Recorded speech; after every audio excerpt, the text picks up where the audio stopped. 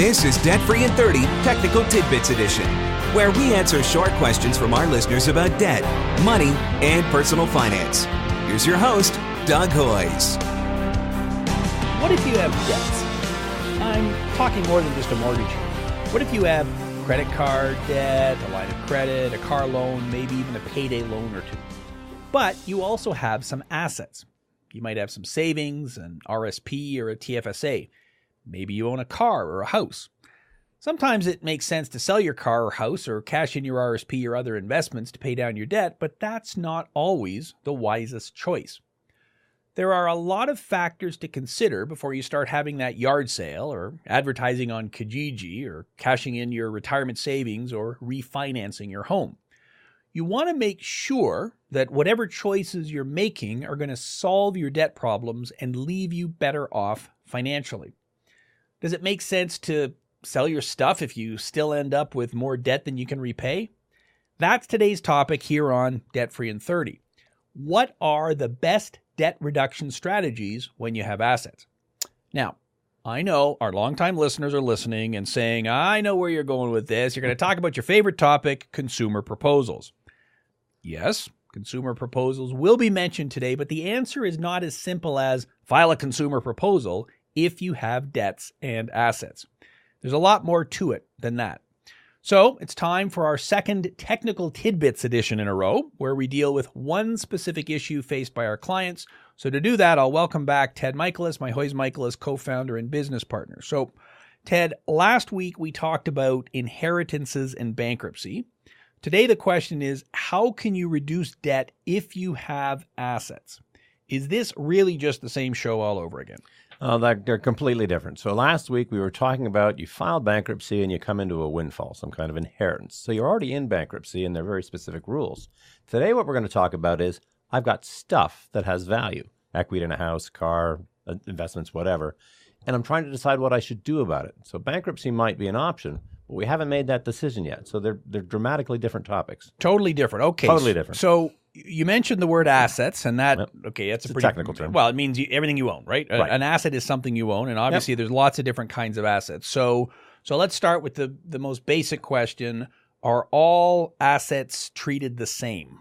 And they certainly aren't. There are a number of assets that are protected under the law. But so let's talk about it in broader terms.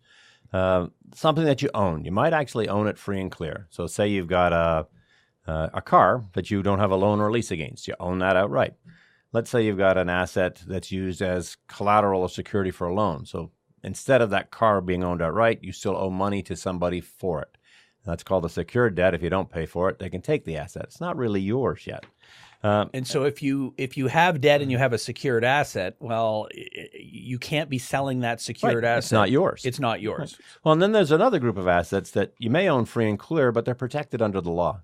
Each of the provinces in Canada has something they call an Executions Act, and they basically detail what things cannot be taken from you by your creditors. And it's important to understand what those are. So you're talking about bankruptcy exemptions. So Yep. let's go through those just so people have them in their heads. And we're not going to mention specific numbers here because, number one, the exemptions change over time. So if They you're do. watching this video in the future, Well, and they're different in every province of Canada. yeah, so we don't want to be too specific. But in general, so in Ontario, basic household goods. Right. And so that means your basic furnishings, things you need to survive, your kitchen pots, all that sort of stuff. What about cars? So the provinces are all a little bit different. So each of the provinces has some kind of threshold. So I'm going to use a number even though you just said we weren't going to. In Ontario, you're entitled to a vehicle worth up to $6,600. And we're recording this early in 2019. If you're watching this in the year 2050 or something, number- it might be different. Check. Although they don't change the numbers every year. And it's not indexed to inflation or anything. It's whenever they get around to changing it. So if you have a car that's worth less than $6,600 and you go bankrupt, no problem. The trustee isn't going to take it. If that car has a loan against it, then what happens? Well, so to keep the car, you've got to continue to make your loan payments. As long as you don't have more than $6,600 worth of value in the car, it's not affected. But don't just think about in bankruptcy. So these exemptions apply to creditors too. If somebody sues you and you've got a car that's worth $5,000, they can't make you sell the car. It's protected under the law. Which is what the Execution Act is all about. So there are other ones as well, tools of the trade. What does that mean? Yeah, so if you have something that you need to actually do a job, so a perfect example is a tradesman. I'm a carpenter. I need my saws, my hammers, my ladders to do my job. Well, they're protected under the law because if we took all your stuff, you couldn't make any money. So up to a certain limit, they're protected. We're going to talk about RSPs and home equity and some other things as we get going. So the basic point is some things are exempt, and other things, if they are secured, if there's a loan against it, then you either give them back or keep paying the loan if you can't pay it. And again, we're talking about specifically in a bankruptcy situation. Yeah, I mean, if you want to bring this back to the topic is I've got stuff that I own, what should I do about dealing with my debts? People obviously, they think of, well, I'll sell my stuff. And that's what most people do before they call us. A lot of that stuff is protected under the law. You didn't need to sell it. And at the end of the day, it probably didn't help. That's a key point. You didn't need to sell it. Yep. So, and in fact, most of the bankruptcies that we deal with, the people don't lose anything. Well, that's right, because if they had something, they've already sold it, even though they probably shouldn't. I mean, that's just the nature of people. You do everything you can to try to deal with your debts. Calling somebody like us is usually the last thing they think of because they don't want to. Unfortunately, if they did it a little earlier, probably we could have filed a proposal for them or found a different strategy. I knew we'd get to proposals eventually. It wasn't even in the script yet there, Sorry, but we got to it soon. Yeah. Okay, so the most obvious asset that I see being drained, if you want to use that term, is an RSP. Yeah, it's the biggest mistake people make. And the reason they do that is because, well, I can turn it into cash. Well, and because the creditors often, they suggest it. Well, we see you've got money in a retirement savings plan. If you cash that out, you could pay us off. And the creditors know that because if you have a loan at Bank ABC and you also have your RSP at ABC Bank, then they know that it's there. Obviously, they don't know about stuff that's in other places. But so, I mean, the classic case I see, and I see this all the time, I'm sure you see it all the time too, you know, somebody comes in, they've got $40,000 that they owe on, you know, credit cards, bank loans, taxes, payday loans, whatever, unsecured debt, which is what you've already explained. And they've got $50,000 in an RSP. So it seems like a pretty obvious answer. Well, okay, cash in the RSP, pay off the debt, bing, bang, boom, we're good. Right. What are the flaws with that strategy? Okay. So the first mistake is if you take $50,000 out of your RSP as one big lump sum, the tax hit you're going to take on removing it is huge. You pay taxes. Yep, and we can go through what those specific thresholds are if you want. That maybe that's useful information. Yeah, I mean and these are all federal limits, so it doesn't matter what your province you're in. So if I take out $5,000 or less, it's 10% tax. And then between $5,000 and $15,000, 20% tax. And over $15,000, it's 30%. 30%. Now, if I take out $100,000 for my RSP, and I also have a job where I'm making $100,000 a year. Yep. I've paid 30% tax on that RSP when a withholding tax. Right. What's my tax hit? Well, you probably, because of your income, are in the 47% tax bracket. So you're short $17,000 of taxes on that $100,000 you took out. And you aren't going to find that out until next year when you file your taxes. Correct. This is the problem. And that's that's an obvious answer, but the one that actually gets people is when they take out that $5,000 and the government holds back $500 and you're already making $50,000, they should have held back $25,000. So suddenly you thought you did the right thing and you got a $10,000 tax bill that you can't pay. Yeah, you pay tax at whatever your marginal tax rate is, which is the tax you pay on all of your income, not just on one piece of it. And it's very common that, okay, I need some money, I'll go take $5,000 out. And then 2 months later, I'll take another $5,000. And 2 months later, I'll take another $5,000. Well, and in fact, there are planners that'll tell you to do it that way so you reduce the amount of tax you take, which just gets you in trouble. All you're doing is setting yourself up for a huge tax bill at the end of the year. Well, and there's another hit to this one. So let's say the creditor convinces you to take $5,000 out of your RSPs to make all the payments that you're behind. Well, you still have the rest of the debt. All you've done is catch things up.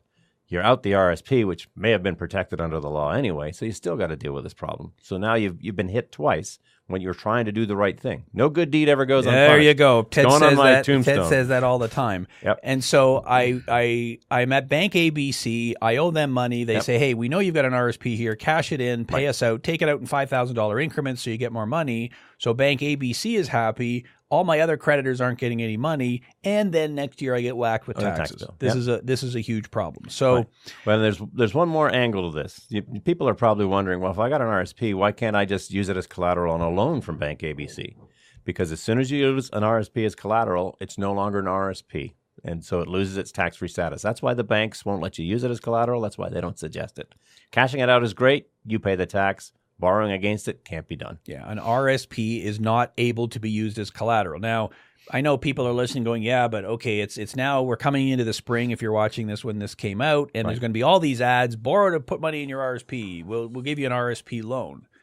There really is no such thing as an RRSP loan then in Correct. the sense that there's a car loan or a mortgage. Right. It's just a marketing gimmick. We're going to lend you money, and we're going to strongly suggest that you put it in your RSP. Well, and if I borrow it from the bank and I have an RSP at the bank, then they'll just, when I get the loan, they automatically put it right in the RSP, so they know it goes in there. Yep. But it's not a secured loan in that sense. So now, we often meet with people who've taken money out of their RSP. Yep. They pay down their debt, but they don't pay it down in full. Right. And then they end up filing bankruptcy after having wiped out most of their, retirement income. And, Right. Obviously you're alluding to the fact that there may be a better strategy. And we talked back on podcast number 209 about whether or not you should use your RSP to pay off debt. I'll put a link to that episode in the show notes. But in a nutshell, the tax costs of withdrawing money from your RSP mean you don't have enough money to pay off all your debts. Then you should probably leave your RSP where it is and talk with a licensed insolvency trustee first. Now, you already said that our RSPs are largely exempt in a bankruptcy. Correct. And this is a key point here because this is a law that has changed over the last 10 years. People may not be fully aware of it. So you're, of course, referring to good old Section 67, Sub 1, Sub B.3. Of course I am. Of the Bankruptcy and Insolvency Act. And the reason it has such a weird section number is because it's a relatively new section of the law. And, they couldn't. It's like when you build a house in the middle of two houses. It's an amendment that they added later. You got to have a funny number. So they couldn't just make it paragraph 2, so they made it paragraph B.3. And it says that the property of a bankrupt shall not comprise property in a registered retirement savings plan, that's an RSP, or a registered retirement income fund, which is a RIF, or in any prescribed plan other than property contributed to any such plan or fund in the 12 months before the date of bankruptcy. So translate that into English for us. So if you haven't made a contribution to your RSP in the last 12 months, it can't be seized. The funds are protected. And that's for all RSPs. All RSPs. Now, some RSPs are locked in anyways. Correct. In which case, well, okay, it's locked in, then it's locked in. The trustee wouldn't be able to take it. Well, and some have an insurance component to them that they're protected under a different law. I don't know if we need to talk about that No, either. and that's a much less common thing than we've seen because with this revised law, then, well, an RSP is protected. So you lose, if you go bankrupt, you lose whatever you've put in the last year. So we often have people who come in, they're on some kind of RSP plan at work. They're putting in $50, $100 a paycheck, something like that. Yep. So anything you've put in the last 12 months, you're going to lose. Right. So when that person comes in to see you, so let's go back to this scenario I posed. Guy's got $50,000 worth of debt, and he's got, I guess the scenario I posed was $40,000 in debt, $50,000 in an RSP. Right. And so you're saying, well, okay, but if you take the money out, you're going to end up paying tax, so you won't get the full $50,000, right? In fact, you won't even get 40 if you carry it all the way through. Correct. Unless, even if you had zero income for the rest of the year, you're probably still going to lose money. So, okay, what am I supposed to do then if I have some money in an RSP? It's not enough to pay off all my debt. What are my choices? Well, so you need to think of an RSP. You can't think of RSPs as money. It's not something that you have. It's money that you've set aside for tomorrow. So you don't have it. It's not there. So you need to consider your situation. Should you be filing a consumer proposal? Or maybe you should even be looking at bankruptcy. It's the mistake people make is they think they've got this thing that they can cash out and there are no consequences. Well, it's supposed to be for your future self. Don't think that you own your RSP. Think that Ted 50 years from now owns the RSP and you can't touch it. It's my future self. So I have people come in all the time and they're in that situation where I'm contributing through work. So if we're going to end up having to do a bankruptcy, then my first piece of advice is to them, well, you might as well stop contributing. Right. Because if we're not going to file the bankruptcy till next month or the month after, at least you'll have that couple $100 in the bank. That's right. So and it's a couple $100 I'm not going to be taking from you because it's 12 months you take From the the date of bankruptcy bankruptcy. date and go backwards. Correct. So if I don't make a payment this month, well, then I guess I'm only going to lose 11 months payments if I delay the bankruptcy. So, Right. so there is some planning points there in terms of timing. Most people aren't going to wait a year to file because of the $50 they've been putting in. Right. But there may be some advantage to giving it a little bit of extra time. So now Section 67.1 of the Bankruptcy and Insolvency Act talks about RRSPs and RIFs, and you've explained how that works. There's this 1-year limit. What about things like TFSAs, RESPs, money in my stock trading account? What happens with those? I'm pretty sure you talked all about this stuff in your book. Maybe we should just send people there. Yeah, let's just stop the recording now, and everyone can go to. It's a copy that everyone has dog-eared. And That's keeps right. handy. I assume you've all. It's page 88, Straight Talk on your money, where I talk about a debt reduction strategy when you have assets. So, and yeah, I mentioned TFSAs, RESPs, all that kind of stuff. So. Let's see if you give the same answer as I give then. So somebody who's got a TFSA, an RESP, and I'm giving examples of assets that are not exempt in a bankruptcy. Correct. So what kind of advice do you give people who have those types of assets? Well, so you've got to assess what the value is of those assets. But if you've got $10,000 in a tax-free savings account and you have $10,000 worth of debt, if you file bankruptcy, we'll cash out that tax-free savings account. So you should just cash it out yourself and pay off the debts. Yeah, there's really no reason to involve a bankruptcy. Because the asset isn't protected. Yeah, you're losing the asset anyways, so why have a bankruptcy on your record Right. and not have the asset? Yeah. It doesn't really make any sense. RESPs are a little more complicated because, again, you're setting aside money for your kids' future. So if you can, I strongly recommend proposals over bankruptcies when RESPs are involved because the penalty to your children is too great. Yeah, and we're talking registered education savings plans, what we mean by RESPs, which is money you've set aside. And there are some complications to that as well, because even if you were to go and cash it out, Right. there are fees that might have to be paid. There's a tax hit. And then there's it's not so much a tax hit as you lose the grant that has been put in by the government. So yeah, it's essentially you don't get it all. If you got 10,000 in your RESP, you don't get 10,000 back. And there may be a tax hit as well. If the plan is increased in value, then there may be some gains. So much better. And the other thing I also see fairly frequently is that the RESP is held by both parents. Right, which complicates things. Yeah, so if you go bankrupt, you might end up losing half of the value your spouse wouldn't. So if you've got an RESP, and particularly if your kid is a teenager, so you've been contributing for many years, you're going to need it soon, and it's got more value. That's definitely where you want to be getting some advice from a licensed insolvency trustee first. So, stocks, I guess, I mean, there's some tax implications there if you cash them in, but you're going to lose those in a bankruptcy as well. Yeah, you've got to look at your return on the investment, what kind of gain you've had on the stocks. Are you actually going to sell them at a loss? I mean, it's not a simple, straightforward calculation. But if it's something you're going to lose anyway, then it makes a certain amount of sense to cash it out before you consider bankruptcy. So the thought process then is, if it's something I wouldn't lose in a bankruptcy, like an RRSP, Right. then okay. So I just want people to consider RSPs as not something that they own. Just ignore them. It's not an asset that you have. You put the money in it, and the money's gone until you draw it down in the future. So that makes it simple. The other things, so stocks in my stock trading account. Okay, so I've got cash there. I've got debts. I'm going to lose these to either my creditors if they sue me or if I file bankruptcy. So it probably makes sense to cash them out and pay off the debt.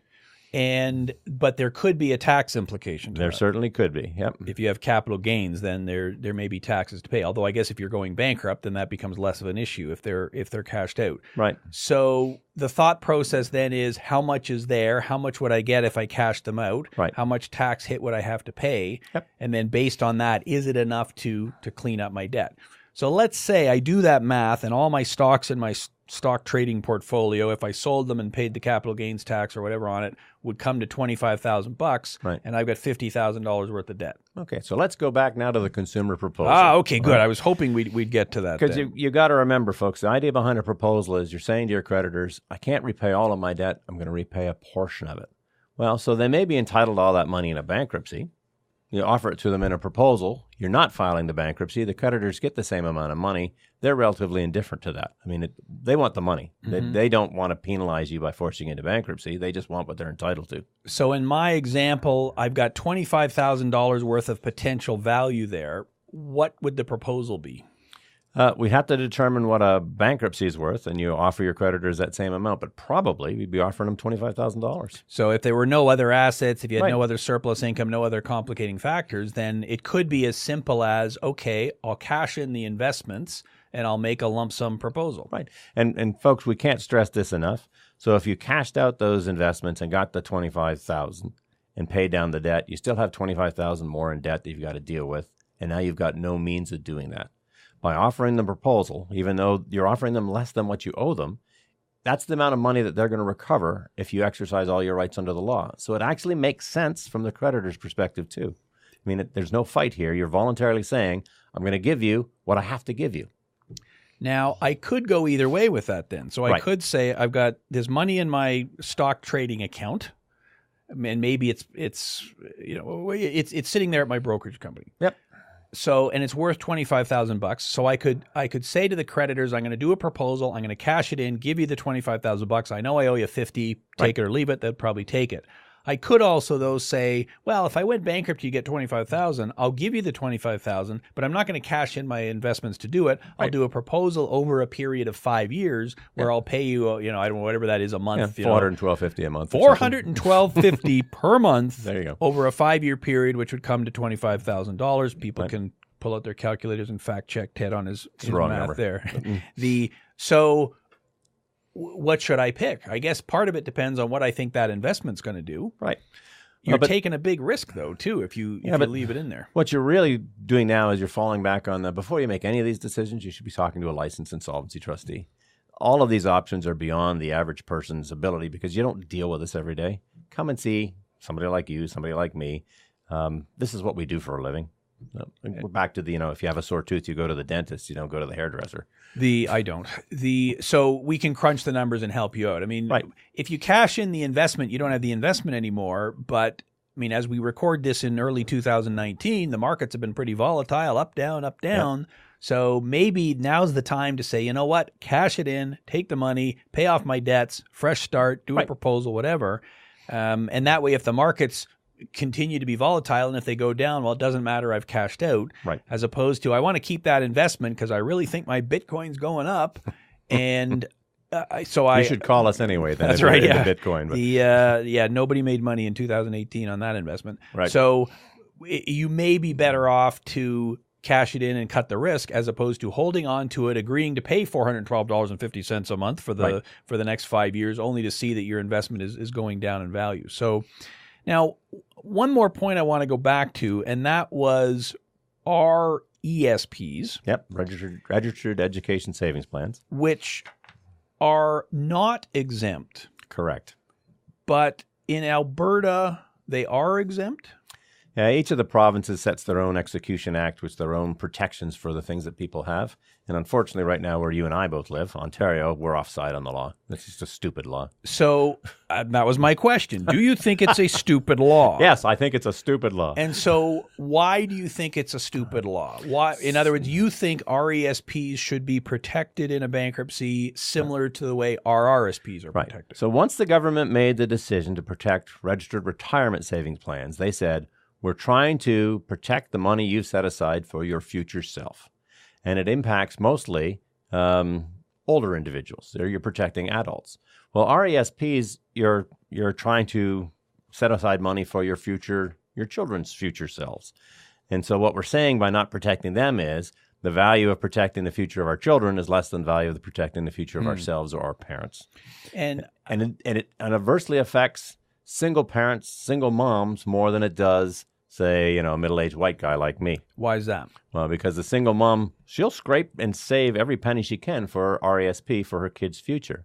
Whereas, I'm a 57-year-old white male. I am saving for my retirement what do I care about an education savings plan? Like, it doesn't impact the same group of people, and it's not fair the people that it is impacting. You're 57 years old. Sorry to hear that. Good Lord.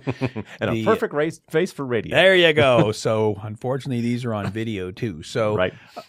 And I think, we have already passed our comments on to the governments of the day. Yes, and quite clearly. And nothing has come of it. But and I understand there's the potential for abuse here, but that's why in the RRSP rules, you have to wait. 12 months. You can't just put $1 million in today and go bankrupt tomorrow. There's this 12-month waiting period. I think we all agree that's reasonable.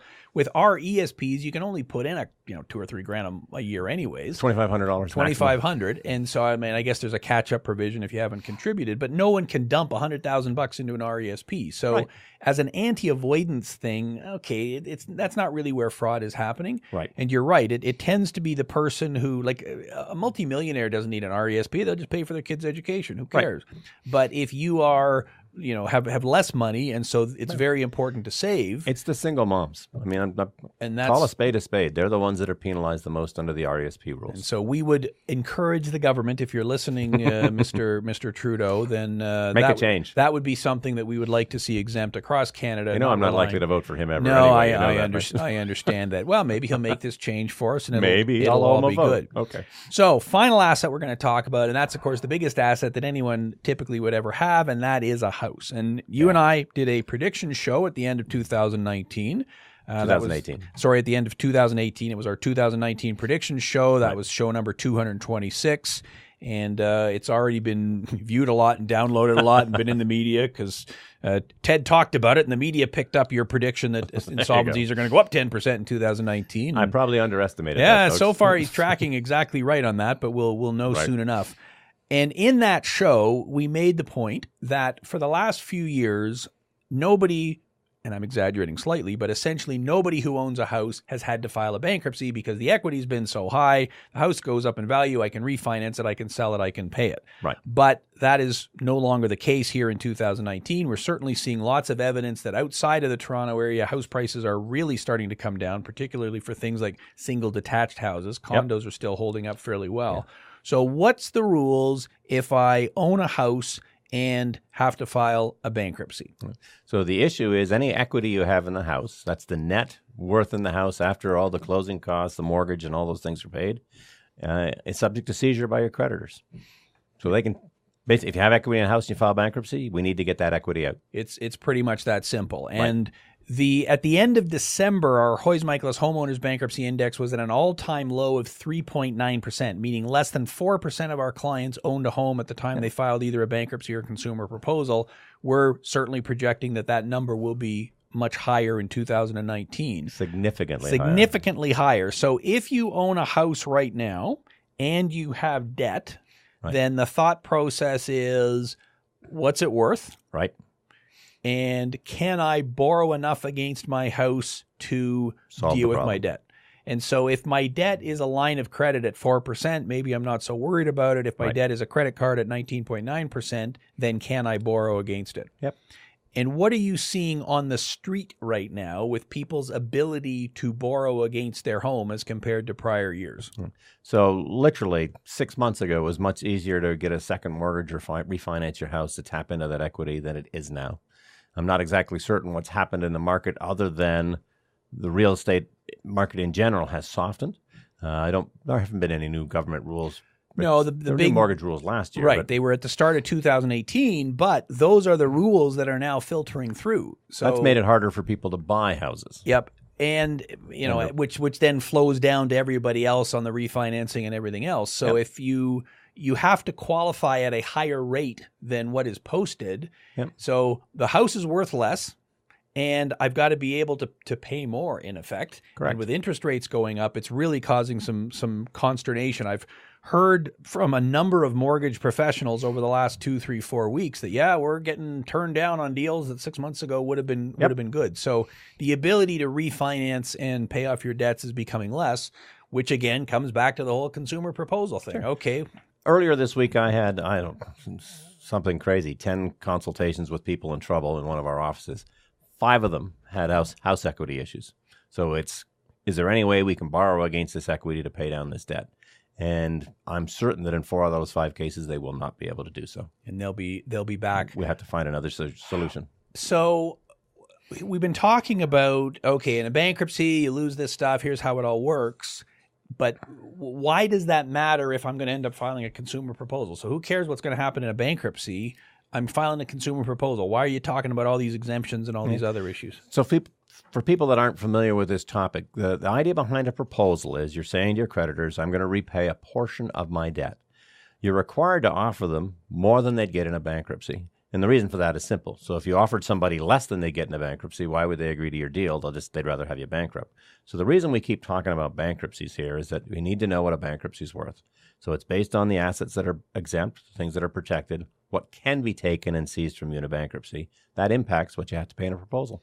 Yeah, and people don't like us talking about bankruptcy, but you got to understand that so you can understand what the proposal is worth. I mean, you go to the doctor, well, I can do the surgery or I can do this. Here's what happens in this one, here's what happens in that one. And that's really what we're if you want the talking about comparison is we'll put you on the pill regimen to solve the problem. If you don't take the pills, eventually we're going to have to do the surgery. So let's explain the implications of both. Let's try the pills. And then you can decide. Yeah, and obviously the consumer proposal is a less invasive procedure right off the bat. Very medical. Very good. Invasive, yeah. I don't know what it means, but so okay, I think we've talked about what happens asset-wise. So let's pull this all together. Right. If you have assets and you have debt, which is the whole topic of today's show, what is my thought process then? And we've talked about the specific assets, but in general, what's my thought process when I'm in that situation? Right. So the first thing you need to do is identify which of your assets are at risk, which ones are protected. Because if it turns out all these things you think you own are protected, you don't really have assets that you need to worry about when dealing with your debts. And the classic example would be the RSP. Well, if nobody can take it. Well, and actually just as common, people worry about losing their cars. Well, if you've got a loan against your car and you're still making payments on it, you don't really own it. As long as you keep paying, you're going to keep it so it doesn't get factored in. Same like the apartment I rent. Well, it's not my apartment. I'm paying a fee every month to live there. Yep, same thing. So, okay, number one, what assets do you have that could be seized, either because they're secured assets or because they're exempt? Right. What's number two then? So number two then is what's the liquidation value of those things versus the balance of your debt? So if you've got $50,000 in a tax-free savings account that you could cash out and pay off $30,000 worth of debt, that may very well be the right solution. If you've got $30,000 in the tax-free savings account and $50,000 in debt, well, then just cashing out the tax-free savings account alone is not the right solution. We need to add a step. And that final step would then be the consumer proposal then? Correct, yep. And so you start by assessing what you own and what's at risk, and then you determine how does that balance compare or relate to what I owe. And then it's, all right, how many different options should I consider? And frankly, I don't think people should do this by themselves. It costs nothing to book an appointment with a licensed insolvency trustee. That's the smartest answer. Yeah, like why try to be doing all this math and figuring out what the exemption limits are and how is equity calculated and what's the realization value of my RESP and all that kind of thing? Well, and the critical component to all of this is not being bullied by somebody that you owe. Ooh. I mean, the collection agencies are calling you all the time. Well, look, cash out that RSP, cash out your tax-free savings account. Pay me today. I don't care about the other guys. Why don't you put $10,000 more on your Visa card so you can pay off your line of credit with me? All of that is great advice for them, bad advice for you. Well, you can be bullied by your bank too. Exactly. So you owe some money to the bank. You've got an asset at the bank, an RESP, an RRSP, a TFSA, whatever. The bank, it's pretty obvious for the bank. Yeah. Cash that in, pay us. They don't care about everybody else. Right. Whether I'd call that bullying or not, they're obviously acting in their best interest. You need a plan that solves all your problems, not just that one. Right. So at the very least, do homework on the internet. But quite frankly, folks, as much as people may not want to do this, talk to a professional. So if you're not prepared to talk to a licensed insolvency trustee, I'm not sure who else is going to give you an honest answer. The bank isn't going to. Any of the credit card companies or people that you owe certainly won't. If you're into those damn installment loans, they're never going to give you an honest answer. You got to find somebody that you can trust. Yeah, I mean, if you've got an accountant, a certified financial planner, particularly if they're a fee-only financial planner, we've certainly had a number of them on the show in the past, and I've got some coming up in the future. So they are, some of them are actually very good at understanding the big picture. And what they will do if it gets into the area of, detailed insolvency law, well, then they'll be referring you over to someone such as ourselves. But yeah, you don't want to be talking to the salesman to get advice on how you should be dealing with these things.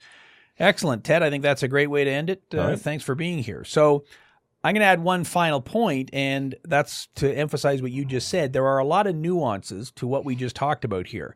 We've explained the rules over whether an RSP is seizable in a bankruptcy, but, again, talk to an expert before you go cashing something in. Right. Because it's always hard for us when someone comes to us after the fact and said, oh, yeah, 2 months ago I cashed this in and I paid half of my debts. Okay, we could have done something different if we'd known sooner. By law, an initial consultation with a licensed insolvency trustee is free. So it doesn't cost anything. We don't charge an upfront fee. It's as simple as that. So, come in up front and then perhaps you can avoid some costly mistakes. That's our show for today. Full show notes, including a transcript, including links to everything we talked about today. I'll even put links to Section 67.1 of the Bankruptcy and Insolvency Act, and information on how to contact a licensed insolvency trustee for that no-charge initial consultation can be found at hoyes.com. That's HOYES.com. Until next week, for Ted Michalos, I'm Doug Hoyes. That was Debt Free in 30.